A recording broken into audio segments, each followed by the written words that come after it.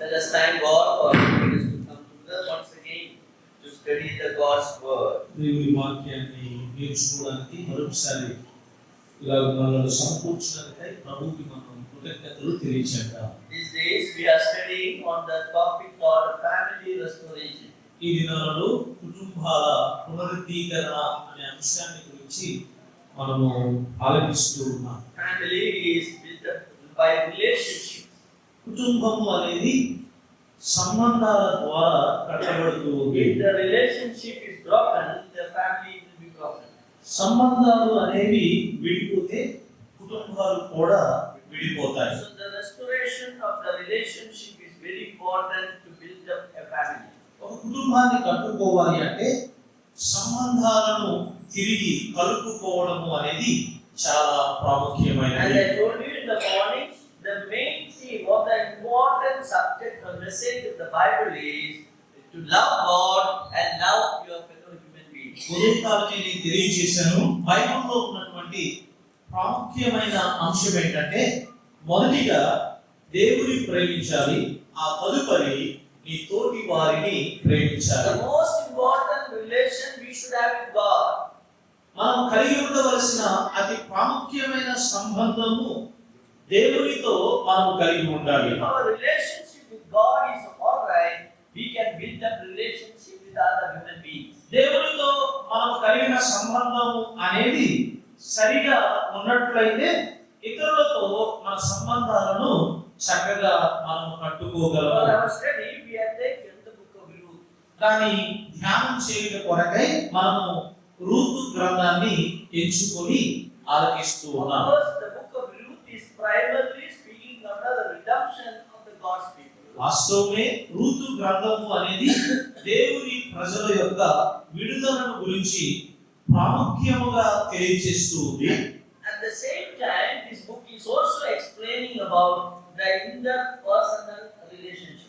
అదే సమయంలో ఈ గ్రంథము వ్యక్తిగతమైన పరస్పర సంబంధాలను గురించి కూడా What తెలియజేస్తుంది. is the meaning of Ruth? Ruth అనే పేరుకి అర్థం ఏంటండి? Friendship. స్నేహం. That is, friendship is building relationship. అంటే స్నేహము అనేది సంబంధాన్ని కడుతూ ఉంది. As I told you, 85 verses are there. నేను ముందుగానే చెప్పినట్లుగా ఈ రూతు గ్రంథంలో 85 వచనాలు ఉన్నాయి. And out of 85 verses, 50 verses is a conversational way it is written. 85 వచనాలలో సుమారుగా 50 వచనాలు ఒక ఇద్దరు వ్యక్తుల మధ్య సంభాషణ జరుగుతున్నట్లుగా వ్రాయబడ్డాయి. Definitely, this book is dealing with the interpersonal relationship. ఖచ్చితంగా ఈ గ్రంథము ఏదైతే ఉందో అది పరస్పరముగా వ్యక్తులతో మాట్లాడుతున్నటువంటి చర్చిస్తున్నటువంటి గ్రంథముగా ఉంది. I don't want to take much time, but I want to bring to your notice what we studied in the morning.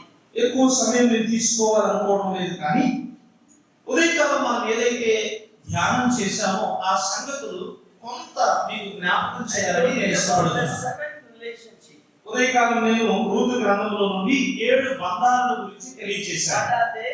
ఆ బంధాలు ఏంటి? Number ఒకటి one, relationship with God. దేవునితో కలిగి ఉండవలసిన సంబంధం. That's the most important relationship. అది బంధాలలో అతి ప్రాముఖ్యమైనటువంటి బంధం. Secondly, the relationship between mother-in-law and daughter-in-law. రెండవ సంబంధం అత్త కోడళ్ళ మధ్య ఉన్న సంబంధం. Or I used to call that mother-in-law and daughter-in-law relationship. ఆ అత్త కోడళ్ళ సంబంధాన్ని నేను ఇలా పిలుస్తాను. ప్రేమలో ఉన్న అత్త ప్రేమలో ఉన్న కోడల మధ్య ఉన్న బంధం. We will study about it, how we can build up the relationship between mother-in-law and daughter-in-law. అత్త కోడళ్ళ మధ్య సంబంధము కష్టము అనుకునే మన మధ్యలో ఉన్న అవగాహనను ఎలా బంధాన్ని కట్టుకోవాలో దాని గురించి తదుపరి మనం ధ్యానం చేద్దాం. The third one is an employee-employer relationship. మూడవ బంధం యజమానికి పనివారికి మధ్య ఉన్నటువంటి బంధం. Lot of beautiful lessons we get it from chapter 2.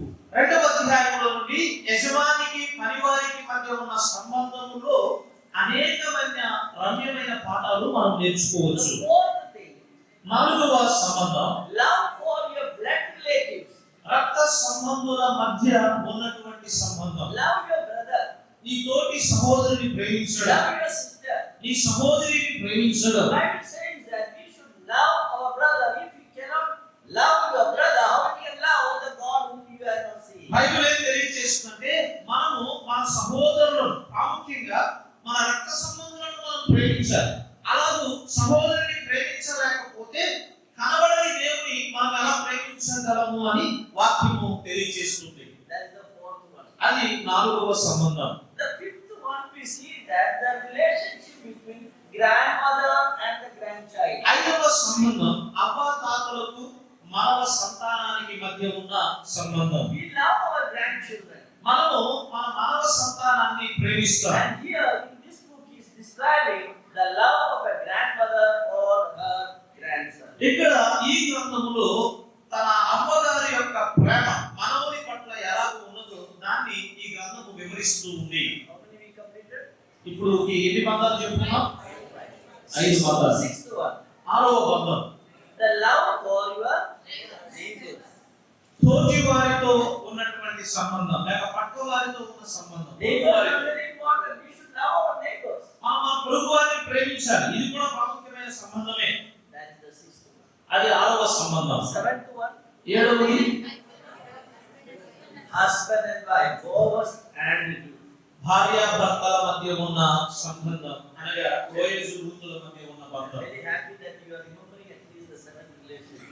కనీసం మీకు ఆ 7 ముఖ్యమైన బిందువులు గుర్తున్నాయి, గట్టిగా చెప్తున్నారు, చాలా సంతోషిస్తున్నారు. Yeah, the Owen Reddy has given me a blank check for timing. He said you take as much as you want. Open Reddy గారు ఖాళీ చెక్ ఇచ్చారు నాకు. అంటే ఎంత అమౌంట్ కావాలంటే అంత అమౌంట్ రాసుకోండి. ఇక్కడ అమౌంట్ కాదు, టైం అన్నమాట. ఎంత టైం కావాలంటే అంత time రాసుకోమన్నారు. Yeah, I will go slowly and I will complete the first one. నేను చాలా నిదానంగా వెళ్తాను. ఈ 7 బంధాలలో మొదటి బంధాన్ని గురించి నేను తెలియజేస్తాను. Book of Ruth, chapter 1, verse 1 to 5, we will read. Ruth గ్రంథం మొదటి అధ్యాయం మొదటి 5 వచనాలు మనం చదువుతాం. రూతు గ్రంథం మొదటి అధ్యాయం మొదటి 5 వచనాలు. న్యాయాధిపతులు ఏలిన దినములందు దేశములో కరువు కలుగగా యూదా బెత్లెహేము నుండి ఒక మనుష్యుడు తన భార్యను తన 2 కుమారులను వెంటబెట్టుకుని మోయాబు దేశమున కాపురం ఉండుటకు వెళ్ళెను. ఆ మనుష్యుని పేరు ఎలీమెలెకు, అతని భార్య పేరు నయోమి. అతని 2 కుమారుల పేర్లు మహలోను, కిల్యోను. వారు యూదా బెత్లెహేము వారైన ఎఫ్రాతీయులు. వారు మోయాబు దేశమునకు వెళ్ళి అక్కడ కాపురం ఉండేవి. నయోమి పెరిమిటి అయిన ఎలీమెలెకు చనిపోయిన తర్వాత ఆమెయు ఆమె 2 కుమారులను నిలిచి ఉంది. వారు మోయాబు స్త్రీలను పెళ్లి చేసుకుని వారిలో ఒకదాని పేరు ఓర్ఫా, రెండవ దాని పేరు రూతు. వారు ఇంచుమించు 10 సంవత్సరములు అక్కడ నివసించిన తర్వాత మహలోను, కిల్యోనులను 2 చనిపోయి కాగా ఆ స్త్రీ తాను కనిన 2 కుమారులను తన పెనిమిటియు లేనిదాయను. May the Lord bless the reading of this portion of the scripture. చదవబడిన లేఖన భాగాలను ప్రభు ఆశీర్వదించును గాక. We read the description of a beautiful family here. ఇక్కడ ఒక రమ్యమైన కుటుంబం యొక్క వివరణ మనము చదువుతూ The ఉన్నాం. family of Elimelech. ఎలీమెలెకు యొక్క కుటుంబం They were living in Bethlehem around 3,500 years ago. 3500 సంవత్సరాల క్రితం వారు బెత్లెహేములో నివసించినటువంటి వారు. And here is describing the relation of this family with God. ఈ కుటుంబం వారు దేవునితో ఎలాంటి సంబంధాన్ని కలిగి ఉన్నారు దాని గురించిన వివరణ ఇక్కడ చూస్తాం. Their relationship with God was diminished and broken down. వారు దేవునితో కలిగిన సంబంధము అనేది తగ్గిపోయింది, ఆ సంబంధము అనేది తెగిపోయింది. Now look at this family. ఈ కుటుంబాన్ని ఇప్పుడు మీరు The గమనించండి. time in which they lived వారు నివసించినటువంటి కాలం ఎలా ఉంది, and the problem they faced during that time. ఆ కాలంలో వారు ఎదుర్కొన్నటువంటి సమస్య ఏంటి. And we read about the various people involved in this family. The names of the family is mentioned. ఈ కుటుంబంలో నిమగ్నమై ఉన్న లేక పాలి ఉన్న అనేక మంది వ్యక్తులను వారి పేర్లు కూడా మనం ఇక్కడ చూడగలం. From a literature point of view, the book of Ruth is one of the most beautiful literature in the human history. అక్షర జ్ఞాన పరంగా మనం ఆలోచన చేస్తే మానవ చరిత్రలో ఈ రూతు గ్రంథంలో చక్కని అక్షర జ్ఞానము అనేది పొందుపరచబడింది. It is a short story, but beautifully elaborated, narrated that story. ఇది చాలా క్లుప్తముగా ఉన్నటువంటి చరిత్రే కానీ చాలా రమ్యముగా చాలా చక్కగా ఈ క్లుప్తముగా ఉన్న చరిత్రలో వివరించబడింది. Now look at the period in which this event has happened. ఈ సంభవం జరిగినటువంటి ఆ కాలము ఎలా ఉన్నదో గమనించండి. Now it was to pass in the days when the judges ruled. న్యాయాధిపతులు ఏలిన దినములయందు అన్నాడు. This event, this family was living during the time of judges. ఈ కుటుంబము లేక ఈ సంఘటన ఎప్పుడు జరిగింది అంటే న్యాయాధిపతుల కాలంలో జరిగింది. We know the people of Israel came from Egypt. మన ఎరుగుదము ఇశ్రాయేలు జనాంగం ఐగుప్తు నుండి వారు బయటకు God వచ్చారు. has given them the promised land, Canaan. దేవుడు వారికి వాగ్దాన దేశమైన కనాను వారికి స్వాస్థ్యంగా ఇచ్చాడు. God was directly ruling upon them. దేవుడు వారి మీద నేరుగా ఆ దినాలలో పరిపాలన చేశాడు. There was no visible king for them. వారికి ప్రత్యక్షముగా ఉన్నటువంటి రాజు వారి మధ్య లేడు. 400 years God ruled them with the help of the judges. 400 సంవత్సరాలు న్యాయాధిపతుల సహకారంతో దేవుడు నేరుగా ఇశ్రాయేలు జనాంగం మీద పరిపాలన చేశాడు. God raised judges among them. వారి మధ్య నుండి దేవుడు న్యాయాధిపతులను ఆయన లేవనెత్తాడు. In the book of Judges, we read that there are 13 judges are mentioned. న్యాయాధిపతుల గ్రంథములో 13 న్యాయాధిపతులు ఉన్నట్లుగా మనం చదవగలుగుతాం. Apart from the 13 judges, so many other judges are also there. ఆ 13 న్యాయాధిపతులతో పాటు మరికొద్ది మంది న్యాయాధిపతులు కూడా ఉన్నారు. In the first Samuel, we read that Eli was judged them 440 years. సమూయేలు మొదటి గ్రంథంలో ఏలీ గురించి మనం చదువుతాం. 440 సంవత్సరాలు. The last judge was 440 years. No. 40 years they judged during the same 400 years. ఆ 400 సంవత్సరాల్లో ఏలీ కూడా ఒక న్యాయాధిపతిగా ఉన్నట్లుగా మనం చూస్తాం. So, what I want to tell you, judges, we have record of 13 judges. న్యాయాధిపతుల గ్రంథంలో అక్షరార్థంగా 13 న్యాయాధిపతులు పొందుపరచబడి ఉండడం మనం చూస్తాం. Apart from that, we have judges written about in the Bible Samuel. అలాగే ఈ 13 కాకుండా సమూయేలు మొదటి గ్రంథంలో మరికొద్ది మంది న్యాయాధిపతుల గురించి ప్రస్తావించబడడం మనం చూస్తాం. Eli was a judge, he judged 40 years. Eli కూడా ఒక న్యాయాధిపతి. అతను కూడా 40 సంవత్సరాలు న్యాయాధిపతిగా పరిపాలన చేశాడు. Last judge, చివరి న్యాయాధిపతి ఎవరై ఉంటారు? చివరి న్యాయాధిపతి Samuel was the Samuel. last judge. సమూయేలు చివరి న్యాయాధిపతి. Last judge was Samuel. చివరి న్యాయాధిపతి ఎవరు అంటే సమూయేలు. So the total period of judges are 400 years. న్యాయాధిపతులు ఏలిన దినములు 400 సంవత్సరాలు. The people are really confused about how to live a life. అలాంటి దినాలలో ప్రజలు ఎలా తమ జీవితాలు జీవించాలో పూర్తిగా గలిబిలిలో ఉండిపోయారు. We read in the book of Judges, there were no kings at that time. ఆ న్యాయాధిపతుల గ్రంథంలో మనం చదువుతాం. ఆ దినాలలో రాజు లేడు. Everyone did what is right in his own sight. ప్రతి ఒక్కరూ కూడా తమ దృష్టికి ఏది వాస్తవం అనుకున్నారో ఆ ప్రకారంగా వారు చేస్తూ ముందుకు They వెళ్ళారు. don't know what to do. They did whatever they liked. వారు ఏం చేయాలో దిక్సూచి వారికి లేదు కాబట్టి వారు ఏది ఇష్టపడతారో దాన్ని చేసేవారు. This 400 years is called as the dark period in the history of Israel. ఈ 400 సంవత్సర కాలాన్ని ఇశ్రాయేలుల చరిత్రలో చీకటి కాలం అని పిలుస్తారు. There was a religious confusion. వారి మధ్య మతపరమైనటువంటి గందరగోళం ఉన్నది. Families are broken down. కుటుంబాలు అనేవి పతనమైపోయాయి. Immorality was so much high. అపవిత్రత అనేది చాలా అధికంగా పెరిగిపోయింది. And there was a civil war in the country. దేశంలో సామాజిక యుద్ధాలు కూడా జరుగుతూ ఉన్నాయి. The entire land of Israel was facing a lot of problems. ఇశ్రాయేలు దేశమంతా కూడా చాలా సమస్యలు ఎదుర్కొంటున్న దినాలు అవి. Chapter 17 of book of Judges, న్యాయాధిపతుల గ్రంథం 17వ అధ్యాయంలో మనం గమనిస్తే of that page. న్యాయాధిపతుల గ్రంథం 17వ అధ్యాయం నుండి చివరి అధ్యాయం వరకు మనం చదివినప్పుడు ఇశ్రాయేలు దేశ చరిత్ర ఎలా ఉన్నదో ఆ వివరాలు అక్కడ పొందుపరచబడ్డాయి. 17 to 21 we can read about the condition of the country at that time. 17వ అధ్యాయం మొదలుకొని 21వ అధ్యాయం వరకు ఆ దినాలలో ఇశ్రాయేలు దేశం యొక్క పరిస్థితి ఎలా ఉందో అక్కడ మనం చదువుతాం. There was a hard working lady. అక్కడ చాలా కష్టపడి పనిచేసే ఒక స్త్రీ ఉన్నది. She earned money day and night. She was working. ఆమె చాలా డబ్బులు రాత్రి పగళ్ళు కష్టపడి పనిచేసి సంపాదించేది. And she earned a lot of money. ఆమె చాలా డబ్బులు సంపాదించింది. Lakhs of rupees she earned. లక్షల రూపాయలు ఆమె సంపాదించింది. And at that time there was no bank was not there. అయితే ఆ దినాలలో మనకు ఉన్నట్టుగా బ్యాంక్ సదుపాయాలు లేవు. So she was not knowing where to deposit the money. కాబట్టి ఆమె వెళ్ళి ఆ డబ్బులు బ్యాంకులో జమ చేయడానికి అవకాశం లేదు.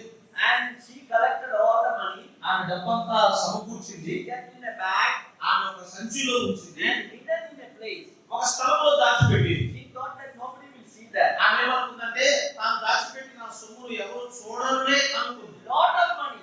చాలా సొమ్ము. One day she went there to see where is the bag. ఒక దినాన ఆమె ఎక్కడ సంచి దాచిపెట్టిందో ఆ సంచిని చూడడానికి వెళ్ళింది. The whole bag is disappeared. ఆ ఒక్కసారిగా ఆమె దాచిపెట్టిన సంచి అదృశ్యమైంది. Somebody stolen it. ఎవరో సంచి దొంగిలించారు. Can you imagine what is the condition of ఇప్పుడు ఆ that? పరిస్థితి కష్టపడి ప్రయాసపడి డబ్బు సంపాదించి సంచిలో దాచిపెట్టిన ఆ సంచి కనబడకపోతే ఆ పరిస్థితి ఎలా ఉంటుంది? So much upset. చాలా నిరాశపడిపోతుంది. She started cursing the man who took the money. ఎవరైతే ఆ డబ్బు సంచి దొంగిలించారో వాడిని శపించడం ఆమె ప్రారంభించింది. Cursing him with all the bad words she started using. ఆమె శపించడం చాలా దుర్భాషలు మాట్లాడడం ప్రారంభించింది. Her son was listening everything from the other room. తన కుమారుడు వేరే గదిలో ఉండి వాళ్ళ అమ్మ తిడుతున్న తిట్టులన్నీ వింటున్నాడు. When he heard the mother's bad words, అమ్మగారు పలుకుతున్న చెడ్డ మాటలు కుమారుడు he విన్నప్పుడు was so much upset. అతను చాలా నిరాశపడ్డాడు. He took that money box and threw before the mummy. అతను ఏం చేశాడంటే ఆ డబ్బు సంచి తీసుకొని మళ్ళా వాళ్ళ అమ్మ ఎదురు విసిరి పడేసి Take your money. ఇదిగో ఈ డబ్బు తీసుకో అన్నాడు. You know what the mother has said? తల్లి ఏమందో తెలుసా? Mother said, "Blessed be thou of the Lord, my son." నా కుమారుడా నీవు ధన్యుడు అవుదుగాక దీవించబడుదుగాక. He's a thief. వాడేమో దొంగ. He's stolen the money. డబ్బులేమో దొంగిలించాడు. Now the mummy is blessing him, blessed of the Lord. ఇప్పుడు తల్లేమో కుమారుడిని దీవిస్తూ ఉంది. You may be thinking from where the story has come. మీరు అనుకుంటున్నారు ఈ కథ ఎక్కడి నుంచి వచ్చిందబ్బా అని. Read Judges chapter 17. We read about the story. న్యాయాధిపతుల గ్రంథం 17వ అధ్యాయంలో ఈ చరిత్రను మనం You చదువుతాం. read that. Chapter 17, verse 1 onwards. We read that. 17వ అధ్యాయం మొదటి వచనం చూడండి. Yeah. మీకా అన్నప్పుడు ఎఫ్రాయిమీల మన్య దేశంలో ఉండెను.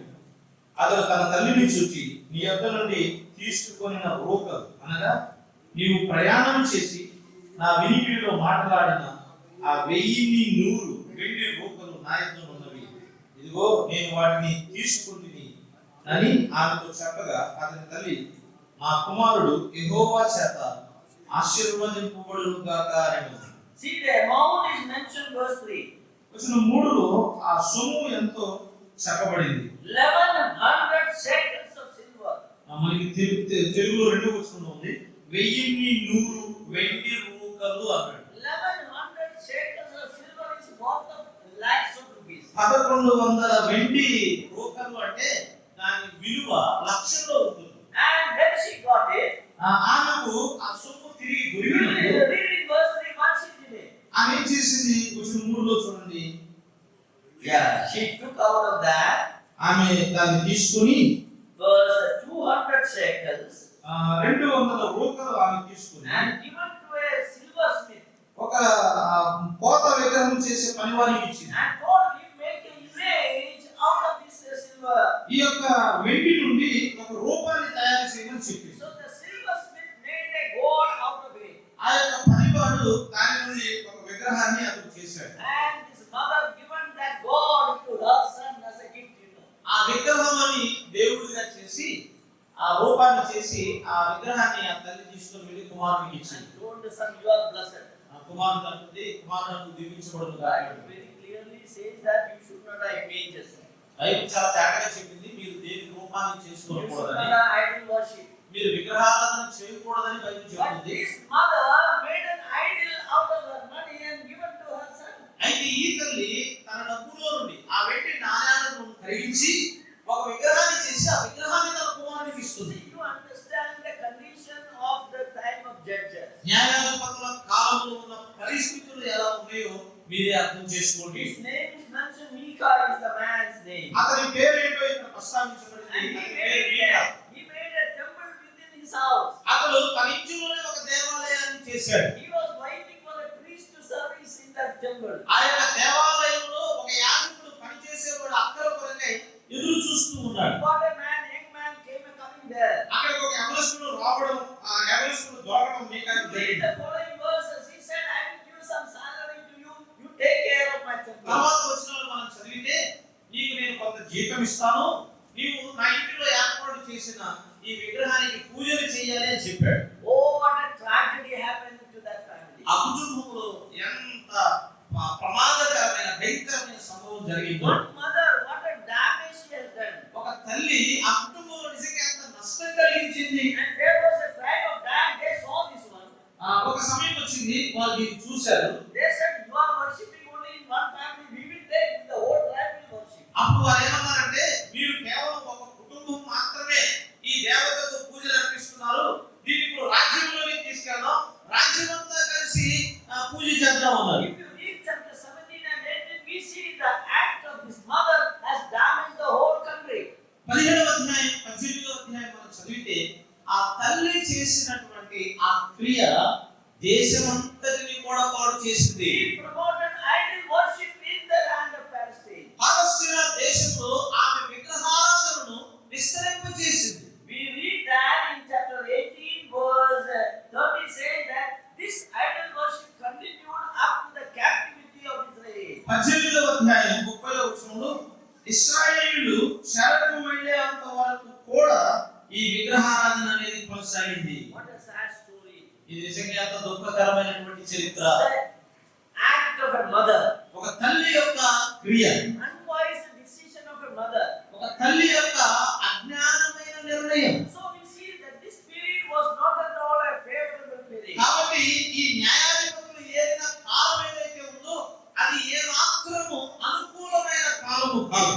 Instead of worshipping a living God, జీవము కలిగిన దేవుని ఆరాధించడానికి బదులుగా they started worshipping idols. వారు విగ్రహాన్ని ఆరాధించడం ప్రారంభించారు. Definitely, this period has influenced this family of Ruth, Elimelech and family. ఖచ్చితంగా ఆ దినాలలో జరుగుతున్న ఆ విగ్రహారాధన ఏదైతే ఉందో అది ఎలీమెలెకు కుటుంబం మీద కూడా ప్రభావం చూపి When we ఉంటుంది. read carefully, we understand Elimelech's family also was influenced by this idol worship. వాక్యంలో జాగ్రత్తగా మనం చదివినప్పుడు ఎలీమెలెకు యొక్క కుటుంబం కూడా ఆ విగ్రహారాధన ద్వారా ప్రభావితం చేయబడడం మనం చూస్తాం. Chapter 19, 20, 21, if you read, what a degeneration happened in the land of Israel. Book of Judges 19 to 21. న్యాయాధిపతుల గ్రంథం 19వ అధ్యాయం 20వ అధ్యాయం 21వ అధ్యాయం మనం చదివినప్పుడు నిజంగా ఎలాంటి తరము వచ్చేసిందో అక్కడ తేటగా మనకు కనబడుతుంది. You might have heard about that. He mentioned one man, he divided his wife into 12 and sent the pieces into all the tribes. ఒక వ్యక్తి తన భార్యలు 12 ముక్కలుగా చేసి ఆ 12 ముక్కలను 12 గోత్రాలకు పంపించాడు. What a horrible thing is happening in the land. ఆ దేశంలో చాలా భయంకరమైనటువంటి సంభవాలు There was జరుగుతున్నాయి. a civil war took place. వారి మధ్య యుద్ధం అనేది జరిగింది. The tribe of Benjamin was almost destroyed. బెన్యామీను గోత్రము అనేది పూర్తిగా నాశనం So చేయబడింది. all this has happened during the time of Judges. న్యాయాధిపతుల కాలంలో ఈ సంభవాలన్నీ కూడా జరిగాయి. There was no king at that time. ఆ దినాలలో రాజు లేడు. Everyone did what is right in his own sight. ప్రతి ఒక్కరు తమ దృష్టికి ఏది అనుకూలంగా ఉందో దానిని చేస్తూ వచ్చారు. It is during this period this Elimelech and family lived. ఆ కాలంలోనే అనగా అలాంటి దినాల్లోనే ఈ ఎలీమెలెకు వారి కుటుంబము వారు నివసించారు. Look at that verse 1 says, another that there was a famine in the land. వచనం 1లో అనగా రూతు గ్రంథం 1వ అధ్యాయం 1వ వచనంలో ఆ దేశంలో కరువు కలిగింది. So they lived during the time of Judges. వారు న్యాయాధిపతులు ఏలిన దినాల్లో జీవించారు. సంభవించింది. Where they are living? వారు ఎక్కడ They are నివసిస్తున్నారు? living in Bethlehem. వారు బెత్లెహేములో నివసిస్తున్నారు. You know what is the meaning of Bethlehem? Bethlehem అంటే అర్థం మీకు తెలుసు కదా? రొట్టెల ఇల్లు. The house of bread. There is no bread in the house of bread. ఏదేమో రొట్టెల ఇల్లే కానీ ఆ ఇంట్లో రొట్టెలు లేవు. The name is house of bread, but there is no bread. ఆ దాని పేరేమో రొట్టెల ఇల్లే కానీ వాస్తవానికి ఆ ఇంట్లో రొట్టెలు There లేవు. arose a famine in the land. ఆ దేశంలో కరువు కలిగింది. Why this famine came? Why this famine came? ఈ కరువు ఎందుకు వచ్చింది? They should have thought of it. బహుశా వారు ఆలోచన చేసి We ఉంటారు. see the famine came, they made a decision. వారు కరువు వచ్చినప్పుడు ఒక నిర్ణయం తీసుకున్నారు. Now we will go to Moab, ఇప్పుడు మనం మోయాబుకు వెళదాం. the next country. తర్వాత దేశం. And we see that they, certain man, Bethlehem, Judah, went to sojourn in the country of Moab, verse 1. వచ్చిన మొదటి వచనంలోనే ఒక మనుషుడు తన భార్యను ఇద్దరు కుమారులను వెంట పెట్టుకొని మోయాబు దేశమున కాపురముండుటకు వెళ్ళెను. What is this? It is sojourn. So he applied for a visiting visa. ఇక్కడ వీళ్ళు విజిటింగ్ వీసా అప్లై చేసుకున్నారు అన్నమాట. Sojourner means a traveler, visiting visa. యాత్రికులు పరదేశులు అంటే వాళ్ళు స్థిరంగా అక్కడ ఉండేవారు So కాదు. కొన్ని నెలలు ఉండేవారు. he told Naomi, we will go there and for some time for a visiting visa, we will go and stay in Moab. Elimelech నయోమితో ఏమన్నాడంటే అమ్మా నేను 3 నెలలు విజిటింగ్ వీసా తీసుకున్నాను కాబట్టి మోయాబు దేశం వెళ్ళి కొన్ని నెలలు అక్కడ ఉండి మళ్ళా తిరిగి If వద్దామని you చెప్పాడు. examine very carefully, ఈ ఇచ్చినాడు జాగ్రత్తగా we మనం గమనిస్తే understand they went to Moab not because of the poverty. వారు పేదరికంలో ఉన్నారు కాబట్టి మోయాబుకు వెళ్ళినట్లుగా మనం చూడం. Famine was only an excuse for them to go there. వారు మోయాబుకు వెళ్ళడానికి కరువు అనేది కేవలం ఒక సాకు మాత్రమే. When Naomi came back, Naomi తిరిగి what వచ్చినప్పుడు she said, ఆమె ఏమన్నదండి? I went full and came empty. నేను సమృద్ధి గలదానిగా వెళ్ళితిని కానీ విత్తురాలుగా తిరిగి వచ్చాను అన్నది. Not because of the famine they went there. అంటే వారు బెత్లెహేము నుండి మోయాబుకు వెళ్ళింది కరువును బట్టి కాదు. Only reason they went there because their relationship with God was broken down. కేవలం వారు మోయాబు దేశానికి వెళ్ళడానికి గల ఒకే ఒక కారణం ఏంటంటే దేవుడితో వారు కలిగిన సంబంధాన్ని వారు పోగొట్టుకున్నారు. Question is that why the famine came in Bethlehem? ఇప్పుడు ఫస్ట్ ఏంటంటే బెత్లెహేములో కరువు ఎందుకు వచ్చింది? God very clearly told them, దేవుడు చాలా తేటగా వారికి చెప్పాడు. you are not worshipping the living God. మీరు జీవం కలిగిన దేవుని ఆరాధించకపోతే You are going after other gods. మీరు వేరే దేవతలను వెంబడించిన I వారైతే will send famine in the land. నేను దేశంలో కరువు కలుగు చేస్తాను. Deuteronomy chapter 11, ద్వితీయోపదేశకాండం 11వ అధ్యాయం verse 16 and 17. వచనం 16లో 17లో ఆ మాట మనం చూస్తాం. Very clearly mentions about that. దాని గురించి చాలా తేటగా ప్రభువు అక్కడ ప్రస్తావించాడు. If you are going after other gods, మీరు అన్య దేవతలను లేక వేరొక దేవతలను I వెంబడిస్తే will send the famine in the land. నేను దేశంలోనికి కరువును పంపిస్తాను అన్నాడు. Yeah, 11 verse 16 and 17. ద్వితీయోపదేశకాండం 11వ అధ్యాయం 16 17 వచనం. మీ హృదయము మాయలో చిక్కి త్రోవ విడిచి ఇతర దేవతలను పూజించి వాటికి నమస్కరించకుండా మీరు జాగ్రత్త పడి లేని ఎడల యెహోవా మీ మీద కోపపడి ఆకాశమును మూసివేయును. అప్పుడు వాన కురియదు, భూమి పండదు. యెహోవా మీకు ఇచ్చుచున్న మంచి దేశమున ఉండకుండా మీరు శీఘ్రముగా నశించెదరు. Now look at that. Why famine came to Bethlehem? ఈ బెత్లెహేములో కరువు ఎందుకు వచ్చింది? They left the living God and serving other gods. వారు జీవము కలిగిన దేవుని విడిచిపెట్టి అన్య దేవతలను సేవిస్తూ I వచ్చారు. told you that during that time the idol worship was going on in the land. నేను ముందుగానే చెప్పాను, న్యాయాధిపతుల కాలంలో విగ్రహారాధన అనేది దేశంలో జరుగుతూ వచ్చింది. Instead of coming back to God, they went away from God. వారు కరువులో గ్రహించి దేవుని దగ్గరకు తిరిగి రావాల్సిన వారు దేవుని నుండి దూరంగా వెళ్ళిపోయారు. God very clearly told them that if you go and serve other gods, I will shut the doors of the heaven and there will not be rain. దేవుడు చాలా స్పష్టంగా చెప్పాడు, మీరు జీవము కలిగిన దేవుని విడిచిపెట్టి అన్య దేవతలను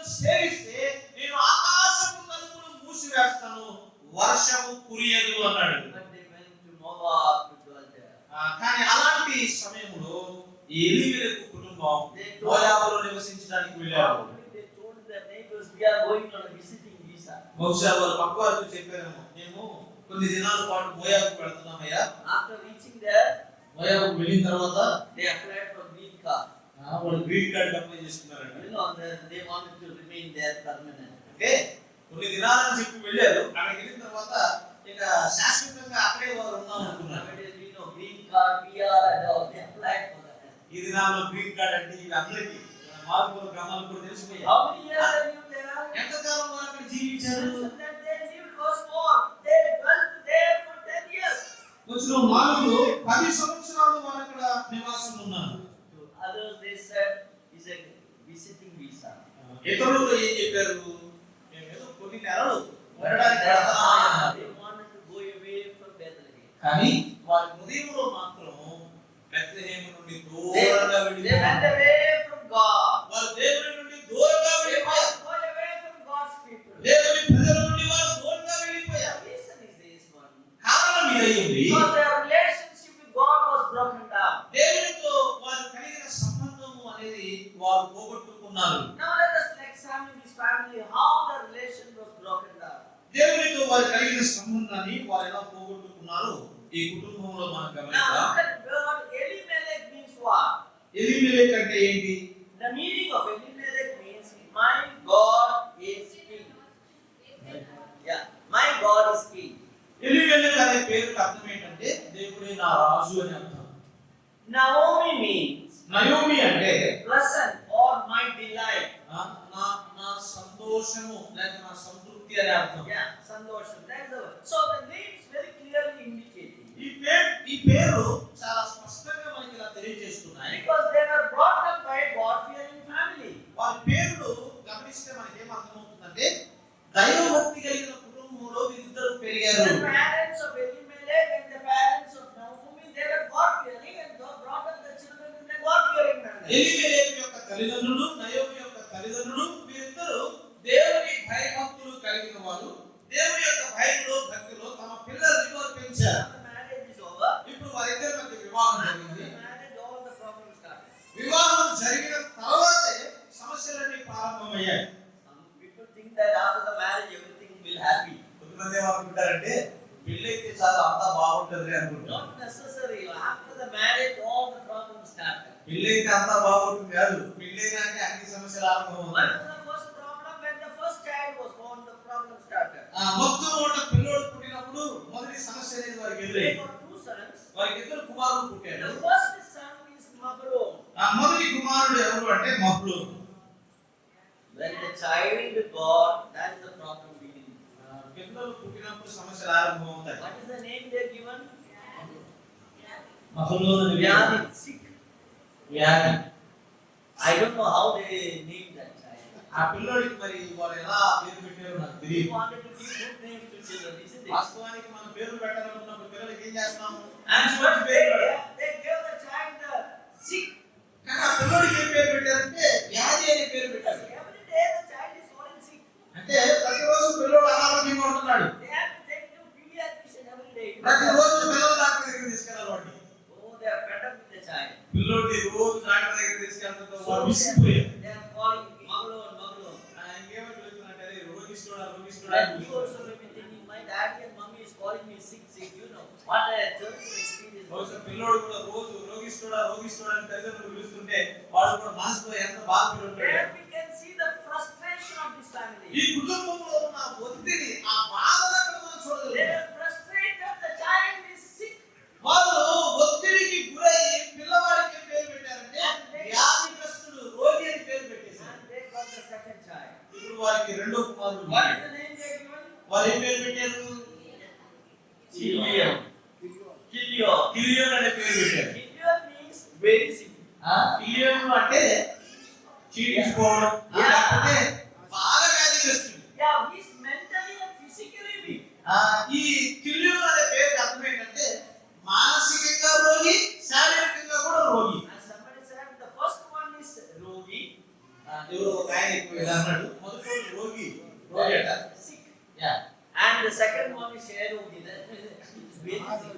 రెండో వాడు మహారోగి. Yeah, Maharogi. That's the thing. So that's a condition. ఇప్పుడు కుటుంబంలో పరిస్థితి అది. They were really fed up with that. ఇప్పుడు వారు నిజంగా రోగులు ఇంట్లో పుట్టినప్పుడు ఎంత సమస్యలు They పోయింటారు. were frustrated of their family life. వారి కుటుంబ జీవితంలో వారు నెమ్మది లేని వారుగా మారిపోయారు. Nowhere else in the Bible these names are seen. బైబిల్లో ఇంకెక్కడ ఏ కుటుంబంలో కూడా ఇలాంటి పేర్లు తమ పిల్లలకు పెట్టడం మనం చూడం. This is not a Jewish name. ఇది యూదులకు సంబంధించినటువంటి పేర్లు కావు.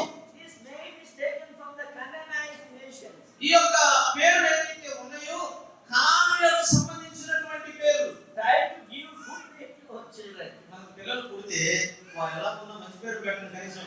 In the Bible, hundreds of names are there. బైబిల్లో వందల పేర్లు ఉన్నాయి. So try to give good names from the Bible. బైబిల్లో నుండి మంచి పేర్లు పిల్లలు Yeah. అందంగా ఉన్నా లేకపోయినా ఆరోగ్యంగా ఉన్నా లేకపోయినా మంచి పేరు పెట్టండి. Yeah, Elijah, Elisha, Noah, so many names are there. ఏలియా, ఎలీషా, నోవా ఇలా చాలా పేర్లు ఉన్నాయి. Yeah, Ruth, Lydia. Nowadays I am very happy youngsters are giving the biblical names. ఈ దినాల్లో నేను చాలా సంతోషిస్తున్నా. ఎందుకంటే యవనస్తులైన తల్లిదండ్రులు వారి పిల్లలు పుట్టినప్పుడు చక్కగా వాక్యంలో ఉన్న పేర్లు పిల్లలకు పెడుతున్నారు. So we should give to our children the Bible-based name. మా పిల్లలకు బైబిల్ ఆధారితమైన పేర్లు మనం పెట్టాలి. But here is a name is given that Gentile names were given. అయితే ఇక్కడ ఎలీమెలెకు కుటుంబము తమకు పిల్లలు పుట్టినప్పుడు అన్యులకు సంబంధించిన పేర్లు పిల్లలకు పెట్టారు. That very clearly suggests that their relationship with God was broken down. వారు అన్యులకు సంబంధించిన పేర్లు పిల్లలకు పెట్టారు అంటే దేవునితో వారు కలిగిన సంబంధాన్ని పోగొట్టుకున్నారు అని తేటగా అర్థమవుతుంది. Look at that. It's mentioned that they were from Ephrathah of Bethlehem. వారు బెత్లెహేములో ఎఫ్రాయిలు అని మనం చదువుతున్నాం. Ephrathah is another name of Bethlehem. బెత్లెహేముకు మరొక పేరు ఏంటంటే Ephrathah. Ephrathah is the old name of Bethlehem. బెత్లెహేముకు ప్రాచీనమైనటువంటి పేరు ఎఫ్రాతా అనే పేరు. Ephrathah of Bethlehem means they were from an ancient family, not an ordinary family. They are very rich family. ఎఫ్రాతాయిలు లేక వారు బెత్లెహేముకు సంబంధించిన వారు అంటే వారు చాలా ప్రఖ్యాతిగాంచిన కుటుంబానికి చెందిన వారు. వారు ఏదో సామాన్యమైన కుటుంబానికి చెందిన వారు కాదు. Oh, they went to Moab. వారు అలాంటి కుటుంబం వారు మోయాబుకు వెళ్ళారు.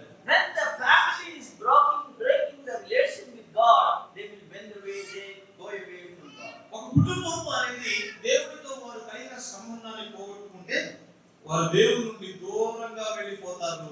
The sad thing is that they allowed their children to marry the Moabite women. అక్కడున్న దుఃఖకరమైన సంగతి ఏంటంటే తమ పిల్లలు మోయాబు స్త్రీలను వివాహం చేసుకోవడానికి వారు అనుమతించారు. They knew Bible very well.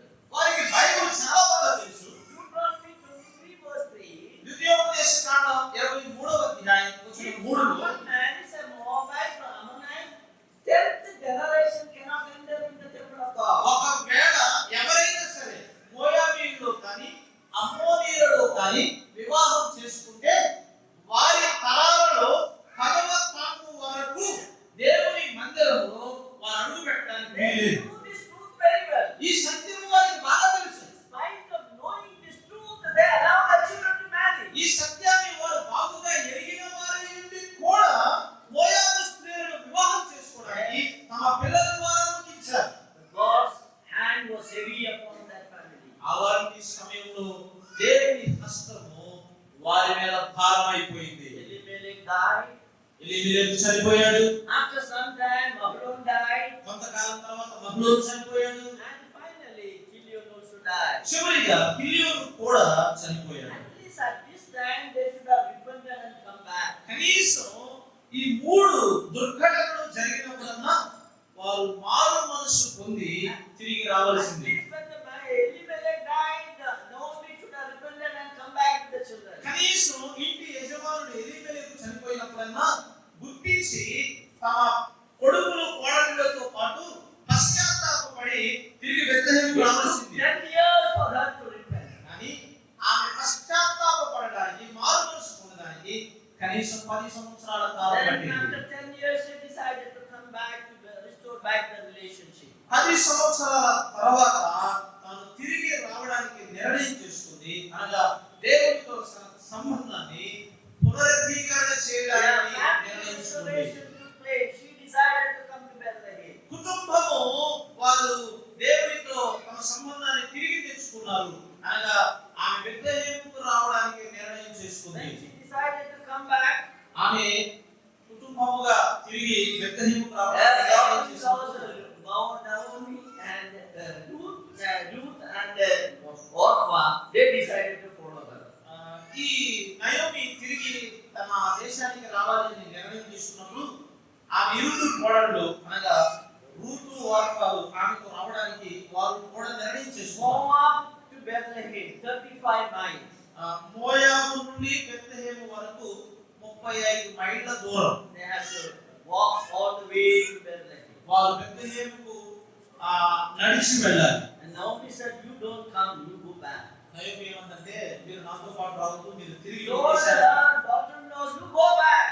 ఓ నా కోడళ్ళలారా మీరు తిరిగి వెళ్ళండి, నా కుమార్తెలారా వెళ్ళండి అంది. The question is arising, why she so much insisted to go back? ఇక్కడ ప్రశ్న వస్తుంది, ఎందుకు ఈమె వారిని వస్తామని బయలుదేరారు, మీరు రావద్దు, మీ దేశానికి మీ తండ్రి ఇంటికి తిరిగి వెళ్ళండి అని ఎందుకు ఆమె ఇంత ఒత్తిడి చేస్తుంది? Probably when she reaches in Bethlehem, బహుశా ఆమె బెత్లెహేముకు చేరినప్పుడు people will ask, "Who is this girl?" ప్రజలు అడుగుతారు, ఈ ఇద్దరు యవనస్తురాండ్రు ఎవరు? Then she has to say that they are my daughter-in-law. అప్పుడు ఆమె ఏం చెప్పాలి, మీరిద్దరు నా కోడళ్ళు. And people will come to know that her son got married to Moabite women. అప్పుడు ఈ ఇద్దరు నా కోడళ్ళు అని చెప్పినప్పుడు ప్రజలకు ఏమర్థమైంది, ఆమె కుమారుడు ఇరువురు మోయాబు స్త్రీలను వివాహం చేసుకున్నారని So అర్థమైంది. she wanted to hide that probably, that is why she said, "You go back." బహుశా ఆమె తమ కుమారుడు మోయాబు స్త్రీలను వివాహం చేసుకున్న సంగతి దాచిపెట్టాలనుకుంది. అందుకనే తిరిగి తమ దేశానికి వెళ్ళమని కోడళ్ళను ఒత్తిడి చేస్తుంది. Yeah, if she goes alone, nobody will bother about it. ఆమె ఒంటరిగా వెళ్ళింది అనుకోండి, ఆమె ఎవరు ప్రశ్నించరు, పెద్ద పట్టించుకోరు. But we know that Ruth decided that I will follow. కానీ రూతు మన ఎరుగుదము అక్కతో పాటు వెళ్ళడానికి ఆమె నిర్ణయం And she చేసుకుంది. made a strong decision. ఆమె ఒక బలమైన నిర్ణయం తీసుకుంది. Your God is my God. నీ దేవుడే నా దేవుడు. Where you go, I will come with you. నీవు ఎక్కడికి వెళ్తావో నేను అక్కడికి వస్తాను. Only death can separate us. కేవలం మరణం మాత్రమే మనల్ని విడదీస్తుంది. Where you will be buried, I also will be buried. నీవు ఎక్కడ సమాధి చేయబడతావో నేను కూడా అక్కడ సమాధి చేయబడతాను. What a strong decision of Ruth we see. Ruth ఎంత బలమైన నిర్ణయం తీసుకుందో ఆ నిర్ణయాన్ని మనం చూస్తాం. Orpha thought of going back. Orpah ఏమో తిరిగి వెళ్ళడం ఆమె ఆలోచించేసింది, నిర్ణయం తీసుకుంది. See, here is a family who got disconnected with God. ఇక్కడ దేవునితో సంబంధాన్ని కోల్పోయిన కుటుంబాన్ని మనం చూస్తున్నాం. What type of family do we have? మనము ఎలాంటి కుటుంబాన్ని కలిగి Whether ఉన్నాం? our family is like Elimelech. Elimelech లాంటి కుటుంబాన్ని ఆ అనుభవాన్ని మనం కలిగి When the ఉన్నాం. problem is coming, we are going away from God. సమస్యలు వచ్చినప్పుడు దేవుని నుండి మనం దూరంగా వెళ్ళిపోతున్నాము. Instead of coming back and rebelling off, we have to trust in the Lord. దేవుని యొద్దకు తిరిగి రావాలి. దేవుని యందు మనము విశ్వాసం ఉంచాలి. There are so many families in the Bible which shows that who departed from God. చాలా కుటుంబాలు ఆ కుటుంబాలు సమస్యలు వచ్చినప్పుడు వారు దేవుని నుండి దూరంగా వెళ్ళిపోయారు. I will give one or two examples and I will complete it here. ఇక్కడ ఒకటి రెండు ఉదాహరణలు నేను తెలియజేసి ఇక్కడ నేను ముగిస్తాను. Another example is the Lot's family. మరొక ఉదాహరణ లోతు యొక్క కుటుంబం.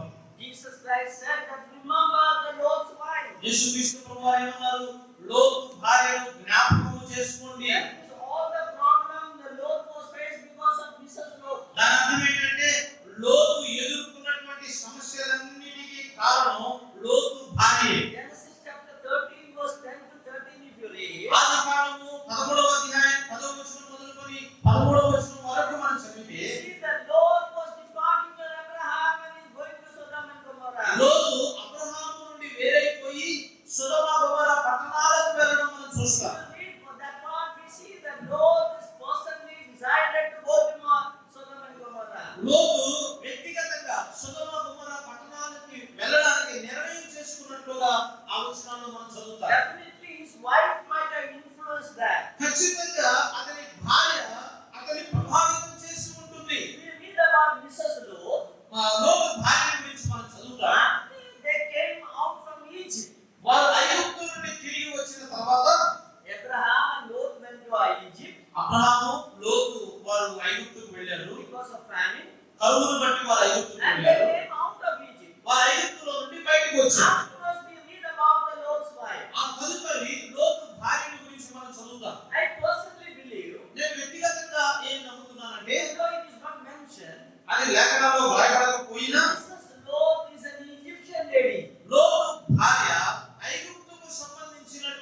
స్త్రీ.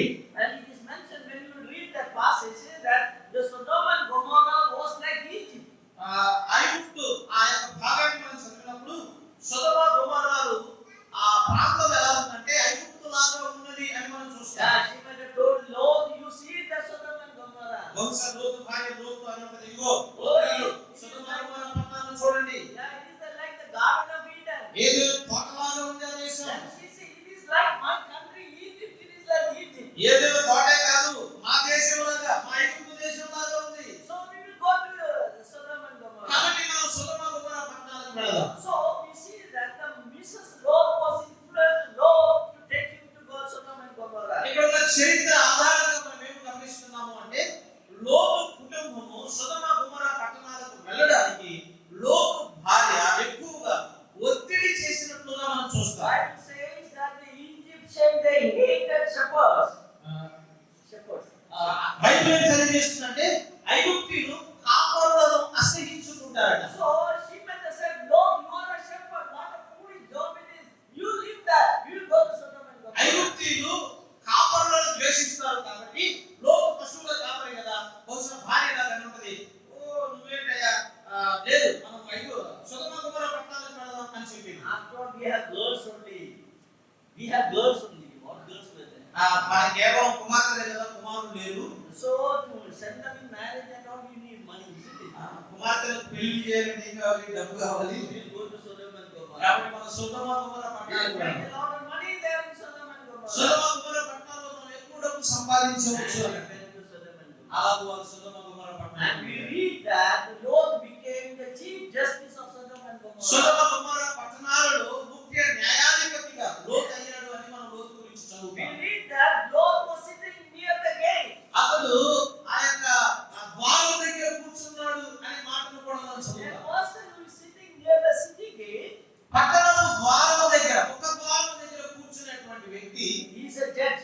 అతడు న్యాయాధిపతి. That means Lot became the judge in the Sodom and అంటే Gomorrah. సొదొమ గొమొర్రా పట్టణంలో లోతు ఒక తీర్పరయ్యాడు, న్యాయాధిపతి అయ్యాడు. And people in the Lord that Sodom and Gomorrah started accusing him. సొదొమ గొమొర్రాలో ఉన్న ప్రజలు లోతు మీద నేరాలు మోపడం You ప్రారంభించారు. are a stranger.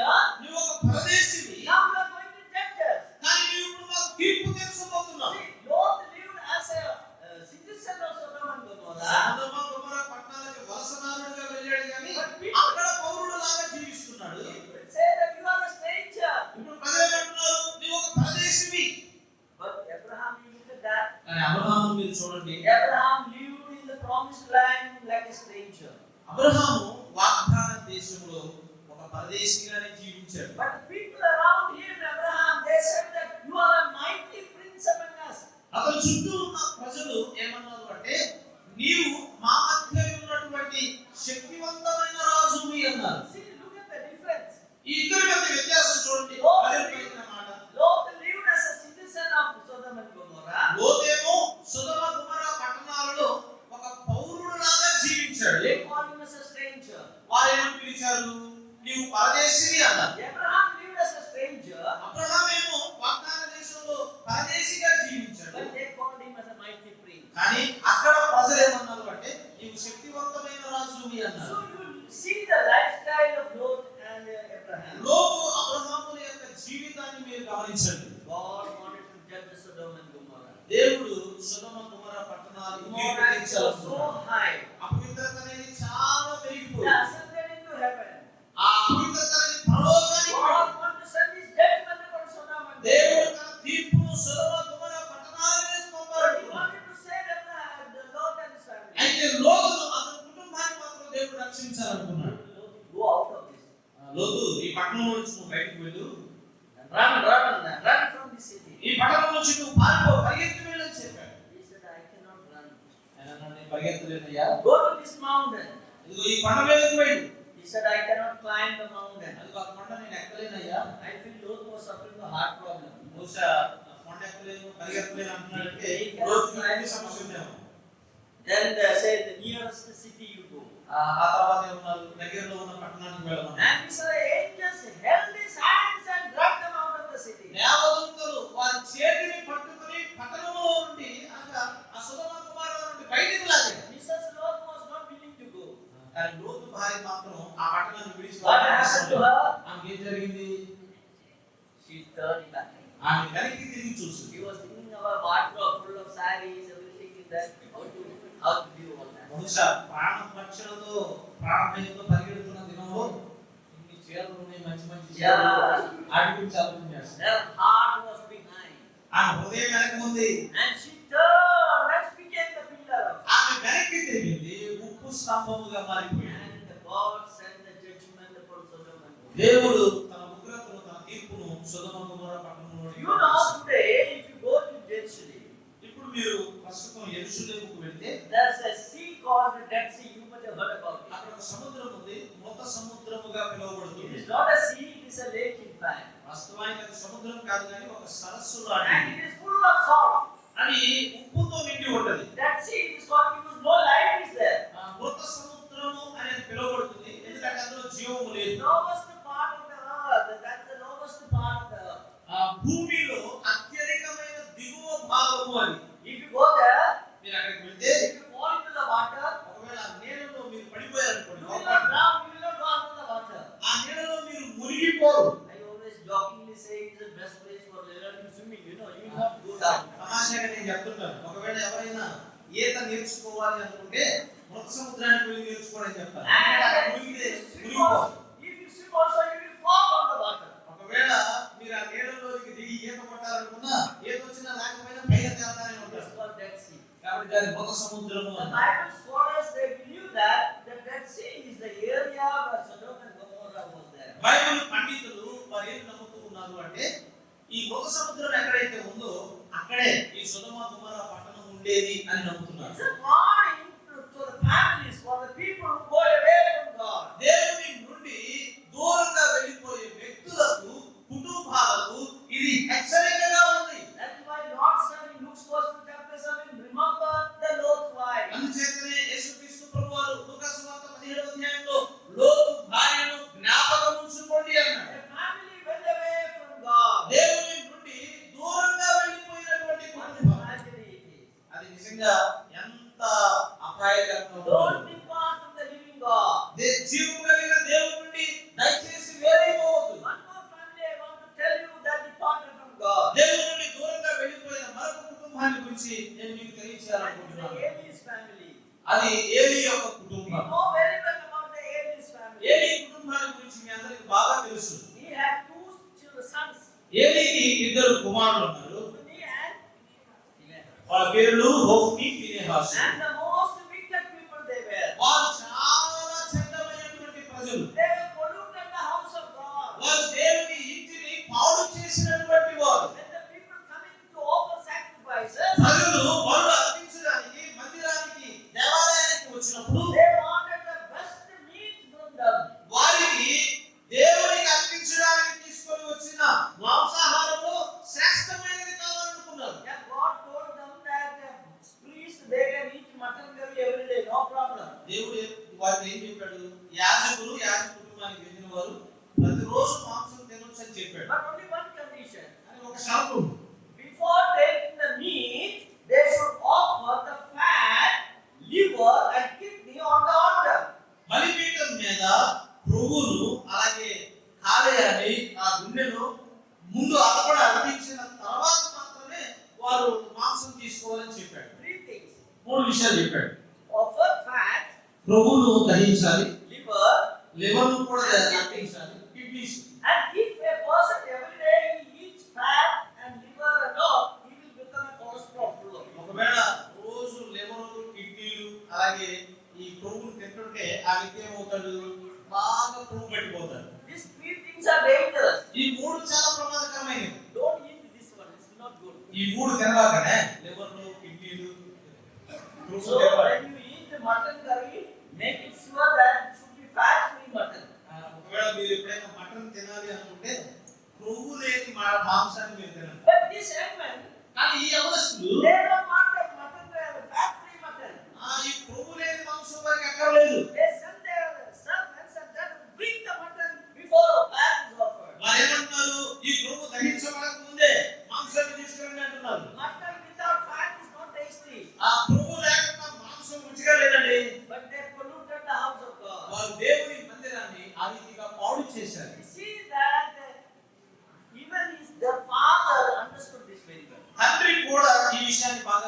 చేసుకున్నాడు. He knew what his children are doing. తన పిల్లలు తన కుమారుడు ఏం చేస్తున్నాడో తండ్రికి తెలుసు. He honored them more than God. That's what we see. దేవుని వాక్యంలో మనం ఏం గమనిస్తాము అంటే దేవుని కంటే ఎక్కువగా కుమారులను ఘనపరిచాడు. And this mutton curry, Eli also every day he was eating. బహుశా కొడుకులు మాంసం వేసుకుంటున్నారు అంటే ఈ కొవ్విన మాంసాన్ని ఏది కూడా ప్రతిరోజు తింటున్నాడు. How do you know?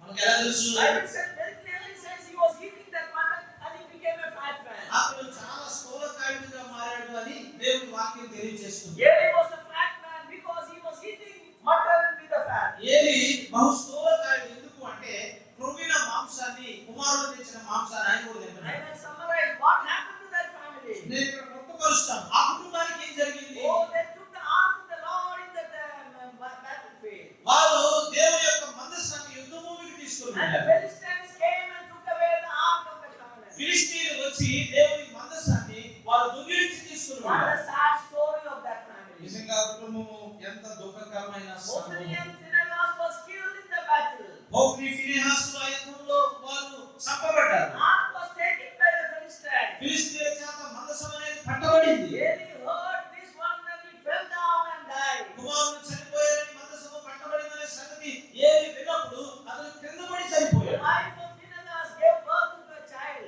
Phinehas యొక్క భార్య ఒక బిడ్డకు When జన్మనిచ్చింది. she heard the death of her husband and the death of her father-in-law, she was painful and she gave birth to the child. తన భర్త చనిపోయాడని తన మామ చనిపోయాడనే సంగతి ఆమె విని వేదనతో నాకు పుట్టిన కుమారునికి పేరు పెట్టింది. Before she was dying, she named the child. ఆమె చనిపోక ముందు పుట్టిన బిడ్డకు పేరు పెట్టింది. What was the name? ఆ పేరేంటి? Glory department. ప్రభావము వెళ్ళిపోయింది. Let me tell you, నన్ను ఇలా చెప్పనివ్వండి. if your relationship with God is broken down, దేవునితో మీరు కలిగిన సంబంధాన్ని మీరు పోగొట్టుకున్నారంటే glory will depart from your family. మీ కుటుంబం నుండి దేవుని ప్రభావం అనేది వెళ్ళిపోతుంది. Clear warning is given in the word of God. దేవుని వాక్యంలో స్పష్టమైన హెచ్చరిక ఇవ్వబడింది. Don't depart from God. దేవుని నుండి దయచేసి దూరంగా Build వెళ్ళిపోవద్దు. your relationship with God. దేవునితో మీ సంబంధాన్ని కట్టుకోండి. In the Bible, there are so many godly families are mentioned. బైబిల్లో చాలా దైవభక్తి కలిగిన కుటుంబాలు ప్రస్తావించబడ్డాయి. Yes, my time is up, but I will take little more time as brother has permitted me to take. నా సమయం అయిపోయింది. అయినా సరే సహోదరులు నన్ను అనుమతించారు కాబట్టి కొంచెం సమయం నేను There తీసుకుంటాను. is a family called Rehoboam, family of Rehoboam. రెహబాము యొక్క కుటుంబాన్ని రేఖాబీయుల యొక్క కుటుంబాన్ని మనం చదువుతాం. Rehoboamites, they are actually a godly family. రేఖాబీయులు నిజంగా వారు భక్తి కలిగినటువంటి వారు. In the 2 Kings chapter 10 verse 50, రాజులు రెండవ గ్రంథం there 10వ is అధ్యాయం a వచనం father, 5లో the forefathers is mentioned. His name was Jonadab. వారి పూర్వ పితరుల యొక్క పేర్లు అక్కడ ప్రస్తావించబడ్డాయి. రాజులు రెండవ గ్రంథం 10వ అధ్యాయం. Jonadab was the son of Rechab. రేఖాబీయులకు పుట్టినటువంటి కుమారుడు యెహోనాదాబు. And the Jonadab told his children, యెహోనాదాబు తన పిల్లలతో చెప్పాడు, you should not make houses. మీరు ఇల్లు కట్టుకోకూడదు. You should live in the tents. మీరు గుడారాల్లో You నివసించాలి. should not take wine. మీరు ద్రాక్షారసం సేవించకూడదు. And you should live a life that is dedicated to God. దేవునికి అర్పించుకున్న జీవితాన్ని మీరు జీవించాలి. And generation after generation they obeyed the words of Jonadab. యెహోనాదాబు చెప్పిన ఆ మాటలు తరము తర్వాత తరము వారు ఆ మాటలకు వారు విధేయత చూపారు. After 150 years, 150 సంవత్సరాల తరువాత God told Jeremiah, దేవుడు ఇర్మియాతో అన్నాడు, Jeremiah, the people of Israel have departed from me. ఇర్మియా, ఇశ్రాయేలు జనాంగం నా నుండి వారు They వేరైపోయారు. are disobedient to me. వారు నాకు అవిధేయులయ్యారు. When you look at the family of Jonadab, ఇదిగో యెహోనాదాబు యొక్క కుటుంబాన్ని గమనించు.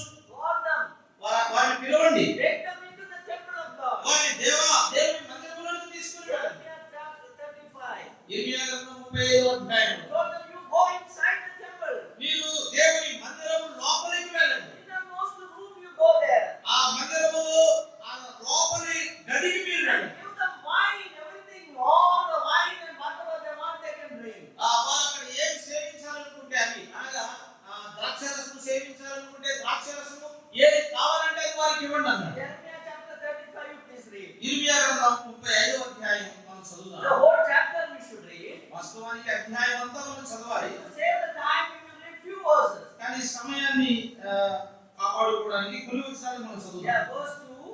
వచనం 2 చూడండి. ఇర్మియా గ్రంథం 35 వచనం 2. నీవు రేకాబీయుల యొద్దకు పోయి వారితో మాట్లాడి యెహోవా మందిరములోని గదులలో ఒకదానిలోనికి వారిని తోడుకొని వచ్చి త్రాగుటకు వారి ద్రాక్షారసము ఇమ్మని సెలవీయగా. Yeah, verse 2, verse 5. వచనం 5. నేను రేకాబీయుల యొద్ద ద్రాక్షారసముతో నిండిన పాత్రలను గిన్నెలను పెట్టి ద్రాక్షారసము త్రాగుడని వారితో చెప్పగా. వచనం 6. వారు మా పితరులకు రేకాబు కుమారుడైన యెహోనాదాబు మీరైనను మీ సంతతి వారైనను ఎప్పుడును ద్రాక్షారసము త్రాగకూడదని మాకు ఆజ్ఞాపించను కనుక మేము ద్రాక్షారసము త్రాగము.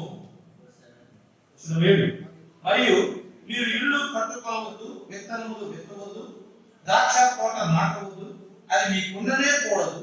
మీరు పరవాసము చేయు దేశములో దీర్ఘాయుష్మంతులగునట్టు మీ దినములన్నీ గుడారములలోనే మీరు నివసింపవలని అతడు మాకు ఆజ్ఞాపించాను.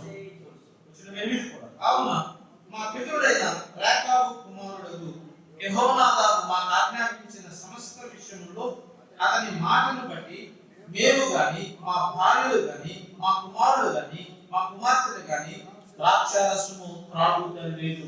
The forefather, Jonadab, 150 years before God commanded, and the children are obeying that.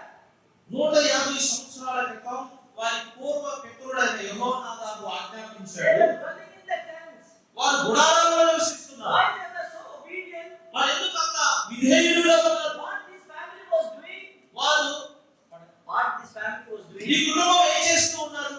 You know, they are scribes. In the Bible says that Rechabites were scribes. రేకాబీయులు వారు శాస్త్రులు అని బైబిల్లో చెప్పబడింది. First Chronicles chapter 2 verse 55 we read about that. దినవృత్తాంతాలు మొదటి గ్రంథం 2వ అధ్యాయం 55వ వచనంలో దాన్ని మనం చదువుతాం. They belong to the family of Christ and they were copying the Bible. వారు శాస్త్రుల కుటుంబానికి చెందిన వారు. వారు బైబిల్ని ఎత్తి రాస్తూ ఉన్నారు. Every day they write the Bible, writing and copying and giving to the next generation. ప్రతి రోజు కూడా వారు బైబిల్ని తమ స్వహస్తాలతో రాసి తర్వాతి తరము వారికి అందిస్తూ ఉంటారు. God's word was passed from generation to generation. దేవుని వాక్యము అనేది తరము వెంబడి తరము ఇవ్వబడుతూ వచ్చింది. So because of that they want to live a holy life. ఆ కారణం చేత వారు పరిశుద్ధమైన జీవితాన్ని See జీవించాలనుకున్నారు. what a wonderful family that is. ఈ కుటుంబం ఎంత అద్భుతమైన కుటుంబమో గమనించండి. And because of that what God is saying about this family. ఆ కారణం చేత దేవుడు ఆ కుటుంబానికి గురించి ఏం తెలియజేస్తున్నాడు? Read verse 18 and 19. Jeremiah 35 verse 18 and 19. ఇర్మియా గ్రంథం 35వ అధ్యాయం 18, 19 వచనాలను మనం చదువుదాం. మరియు ఇర్మియా రేకాబీయులను చూచి ఇట్లనెను, ఇశ్రాయేలు దేవుడును సైన్యములకు అధిపతి యెహోవా ఇలాగ సెలవిచ్చుచున్నాడు, మీరు మీ తండ్రి అయిన యెహోనాదాబు ఆజ్ఞకు విధేయులై అతని విధులన్నిటినీ గైకొని అతడు మీకు ఆజ్ఞాపించిన సమస్తమును అనుసరించుచున్నారు. కాబట్టి ఇశ్రాయేలు దేవుడును సైన్యములకు అధిపతి యెహోవా సెలవిచ్చినదేమనగా, నా సన్నిధిలో నిలుచుటకు రేకాబు కుమారుడైన యెహోనాదాబునకు సంతతి వాడు ఎన్నడుండక మానడు. Oh, what a blessing. Say that the Rahab shall not lack a man to stand before me forever. నా సన్నిధిలో నిలుచుటకు రేకాబు కుమారుడైన యెహోనాదాబునకు సంతతి వాడు ఎన్నడూ ఉండక మానడు. A godly family. భక్తి కలిగిన కుటుంబం. What is your relation with God? దేవునితో మీ కుటుంబము ఎలాంటి సంబంధం? How your family is related to God? Are you going away from Him? మీ కుటుంబాలు దేవునితో ఎలాంటి బంధాన్ని కలిగి ఉన్నాయి? దేవునితో మీ బంధాన్ని పోగొట్టుకుంటూ ఉన్నారా? You need to restore back to the relation with God. ఒకవేళ దేవునితో మీరు కలిగిన సంబంధాన్ని పోగొట్టుకున్న వారైతే దాన్ని పునరుద్ధీకరణ చేయాలి. Then another question is arising. మరొక ప్రశ్న ఇక్కడ What లేకపోతుంది. type- Please listen carefully. What type of relation I have with God? దేవునితో నేను ఎలాంటి సంబంధాన్ని కలిగి ఉన్నాను? There are two relationships are there. రెండు సంబంధాలు ఉన్నాయి. దేవునితో మనము కలిగి ఉండవలసిన సంబంధాలు You రెండు. note down, one is called a devotional love for the Lord. ఒకటేమో దేవుని పట్ల మనం చూపవలసిన భక్తితో కూడిన ప్రేమ, That is otherwise we consider the devotional relationship. లేక ఇలా దాన్ని మనం పిలుచుకోవచ్చు భక్తిపరమైన సంబంధం. Second is రెండవది transactional relationship. మార్పు జరిగేటువంటి సంబంధం. That means we have to give the example so easy to understand. దాన్ని అర్థం చేసుకోవడానికి కొంచెం సులువుగా ఉండడానికి నేను వివరిస్తాను. In the book of Genesis, Jacob, story of Jacob we see. ఆదికాండ గ్రంథంలో యాకోబు చరిత్రను మనం చూస్తాం. He is running away from his brother. అతడు తన సహోదరుని ఎదుట నుండి పారిపోతున్నాడు. He is going to the Laban's house. తన సహోదరుని ఎదుట నుండి పారిపోయి లాబాను He ఇంటికి came వెళ్ళాడు. to Bethel and he in the dream he saw a ladder. అతడు పారిపోతున్న ఆ దినాల్లో బేతేలుకు వచ్చి ఒక కల చూశాడు. ఆ కలలో God నిశ్చయం కనబడింది. appeared to him. దేవుడు అతనికి ప్రత్యక్షమయ్యాడు. Read in Genesis 28 verse 20 and 22 you see he is talking to God. ఆదికాండము 28వ అధ్యాయం. There we see his relationship with God. అతడు దేవునితో మాట్లాడాడు. దేవునితో అతనికి కలిగిన సంబంధాన్ని మనం అక్కడ చూస్తాం. Genesis 28 verse 20 and 22. ఆదికాండము 28వ అధ్యాయం 21 22 Yeah, please read that. యాకోబు నేను తిరిగి నా తండ్రి ఇంటికి క్షేమంగా వచ్చినట్లు దేవుడు నాకు తోడై ఉండి నేను వెళుచున్న ఈ మార్గంలో నన్ను కాపాడి తిరుగుటకు ఆహారమును ధరించుకున్నట్టుకు వస్త్రములను నాకు దయచేసినలా యెహోవా నాకు దేవుడై ఉండును. మరియు స్తంభముగా నేను నిలిపిన ఈ రాయి దేవుని మందిరమును మరియు నీవు నాకు ఇచ్చే యావత్తులో 10వ వంతు నిశ్చయముగా నీకు చెల్లించదనని మొక్కుకొనెను. Jacob is saying, I am going to my place, and when I go, you should give me everything. యాకోబు ఏమంటున్నాడు, నేను తిరిగి నా స్వదేశానికి వెళ్తున్నాను, నేను అక్కడికి వెళ్ళినప్పుడు నీవు నాకు అన్ని ఇవ్వాలి, And you should give me the food, నీవు నాకు ఆహారం ఇవ్వాలి, and you should safely make me to reach me there. నేను క్షేమంగా అక్కడికి చేరేటట్లుగా నువ్వు సహాయం చేయాలి. And look at that, if God, you are giving everything, ఒకవేళ దేవుడా నీవు నాకు అన్ని దయచేస్తే you give me 100 rupees, నువ్వు నాకు 100 రూపాయలు ఇచ్చావు అనుకో, and give 10 rupees back. నేను 10 రూపాయలు తిరిగి నీకు ఇస్తాను. Understand? So you give me everything, అంటే యాకోబు ఏమంటున్నాడు, నువ్వు నాకు అన్ని ఇవ్వు, and if you give it, then you are my God. నీవు అన్ని ఇస్తే నువ్వు నా దేవుడివి. If you are not giving, ఒకవేళ నువ్వు ఏమి ఇవ్వలేదు అనుకో, నువ్వు నా దేవుడివిగా. you give me 100 rupees, I will give you 10 rupees back. నువ్వు నాకు 100 రూపాయలు ఇస్తే అందులో నుంచి 10 రూపాయలు తిరిగి ఇస్తాను. What an argument, isn't it? ఇది వాదన ఎలా ఉందో చూడండి. This is called transactional relationship. దీన్ని ఏమంటారంటే నువ్వు ఇస్తే నేను ఇస్తాను. ఇలాంటి సంబంధం Many of us are ఇస్తే like that. నీకు ఇచ్చేది. If everything is going fine, అంత నెమ్మదిగా ఉందనుకో, if my children no sickness, నా పిల్లలకి ఏ రోగం రాలేదనుకో, if I have sufficient money I have in bank balance, బ్యాంకులో గానీ నా దగ్గర గానీ చాలినంత సొమ్ము నా దగ్గర ఉందనుకో, if everything going fine, then I will worship God. అన్ని బాగా నెమ్మదిగా ఉంటే అప్పుడు నేను దేవుని మనస్ఫూర్తిగా ఆరాధన చేస్తాను. Problem comes, I don't want this God. ఒకవేళ ఏదైనా కలవరం వచ్చిందనుకో, సమస్య I don't want వచ్చిందనుకో, to if the trouble is there. ఒకవేళ నా జీవితంలో ఏదైనా సమస్య కలిగితే నేను నాకు అక్కర్లేదు. What type of relation we have? ఈ పందాలలో ఎలాంటి పందం దేవుడు This relation is called a transaction. You give me, I will love you. ఈ బంధాన్ని ఏమంటారు అంటే నువ్వు ఇస్తే నేను నిన్ను ప్రేమిస్తాను. ఇలాంటి బంధం అన్నమాట. That is why Satan talked to God about Job. అందుచేతనే సాతాను యోబు గురించి దేవునితో What మాట్లాడాడు. what Satan told about Job to God? యోబు గురించి సాతాను దేవునితో ఏం చెప్పాడు? God, Job is loving you and worshiping you because you are given everything to him. యోబు ఎందుకు తన భర్తని విడిచిపెట్టకుండా నిన్ను ప్రేమిస్తున్నాడో తెలుసా? నువ్వు ఆయనకు అన్ని ఇస్తున్నావు కాబట్టి ఆయన నిన్ను ప్రేమిస్తున్నాడు. You remove everything. ఆయన కలిగిన దాన్ని He will అంతటిని తీసి hate you. ఖచ్చితంగా అతను నిన్ను అసహించుకుంటాడు. It was a challenge, isn't it? అదొక సవాలు కదా. God said it's not like that. దేవుడు ఏమన్నాడు? యోబు అలాంటి వాడు కాదు. Even if you remove everything, the Job will love me. ఒకవేళ యోబు కలిగిన సమస్తాన్ని నేను తీసివేసినా దేవుడు యోబును ప్రేమిస్తూనే ఉంటాడు. God took that challenge and allowed Satan to remove everything. ఆ సవాలు దేవుడు తీసుకొని ఆ యోబు కలిగిన క్షేమం అంతటిని తీసివేయడానికి అపవాది అనుమతించాడు. All his properties were destroyed. ఇప్పుడు తనకు ఆస్తిపాస్తులన్నీ నాశనం చేయబడ్డాయి. On one day, his 10 children died. ఒకే దినమున అతని 10 మంది సంతానం చనిపోయారు. Everything is lost. తాను కలిగిన సమస్తాన్ని కోల్పోయాడు. And their body was so spread out there. తన శరీరం అంతా కూడా కురుపులతో నిండిపోయింది. Some medical doctor told me that Job was suffering from 16 diseases, not one, 16 diseases. ఒక వైద్యుడు ఏమన్నాడు అంటే యోబు ఒక రోగం కాదు, కురుపుల రోగమే కాదు, 16 రోగాలతో బాధపడ్డాడు. Full of disease.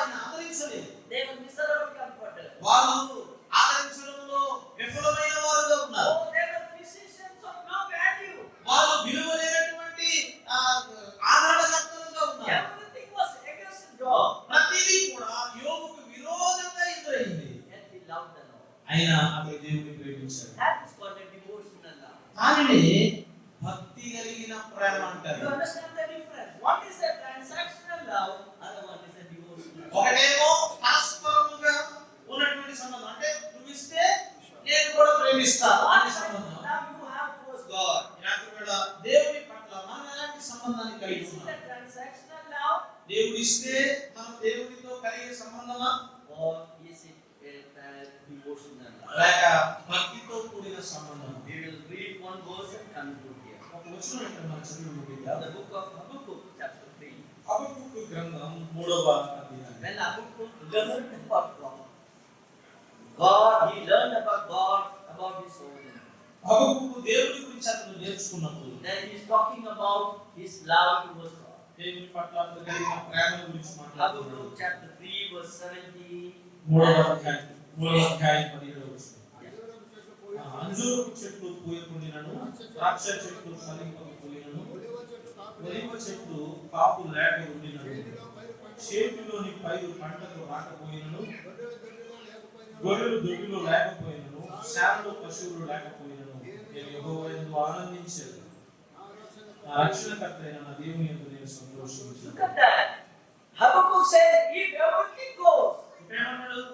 సమస్తము నేను కోల్పోయి, even the fig tree is not blossoming, ఒకవేళ ఒలివ చెట్లు లేకపోయినా, if the wine is not ద్రాక్ష చెట్లు ఫలింపకపోయినా, if the olive is not producing the fruit, ఒలీవలు కాపు లేకపోయినా, if the cattle is not giving the result, చేనులో ఎటువంటి పైరు if లేకపోయినా, everything goes, అన్ని దొడ్డిలో నుంచి పశువులు వెళ్ళిపోయినా, in spite of that, వీటన్నిటికి బదులుగా I will rejoice in the Lord. నేను యెహోవా యందు ఆనందిస్తాను. That love is what is needed. అలాంటి ప్రేమ, అలాంటి సంబంధం ఇక్కడగా ఉంది. That is called the devotional love. దానిని భక్తితో కూడిన ప్రేమ అంటారు. You should have the devotional love. అలాంటి భక్తిపరమైన సంబంధాన్ని దేవునితో మనం కలిగి Please ఉండాలి. examine your own life, your family.